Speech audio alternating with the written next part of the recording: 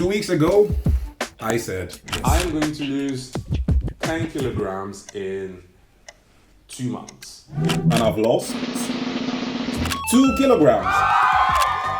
Here are the 3 main principles that I implemented into my daily routine that helped me get these results. Number 3 might even shock you. Number 1 is avoiding the all or nothing fallacy. And this is that little voice in your head that makes you feel like something isn't worth it unless every single part of the process goes according to plan. But let's face it, just like many other things in life, losing weight is difficult. And we can't expect ourselves to be perfect all the time. It is important to remember that even if you've had a bad day, diet-wise or training-wise, it doesn't have to affect the overall picture, as long as you don't give up and fall back into bad habits. I, for example, kept eating at a calorie deficit even when I was sick, even though I couldn't train. And this allowed me to stay on track with the goals I had already set for myself.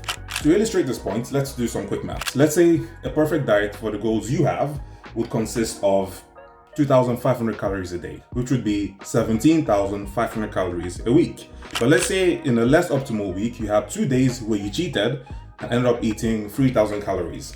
That ends up being a difference of 142 calories a day between a perfect week and a shitty week where you end up cheating twice. So the important thing is just to keep going even though you make mistakes, because they are bound to happen. The second one was fixing my sleep. And this might sound backwards, but getting more sleep actually reduces the amount of calories you want to consume. And this has been verified in this recent randomized clinical trial. Ghrelin, the hunger hormone, is secreted in lesser amounts when you have enough sleep. So just sleeping more made me feel more satisfied and less hungry. The third one is front-loading my protein.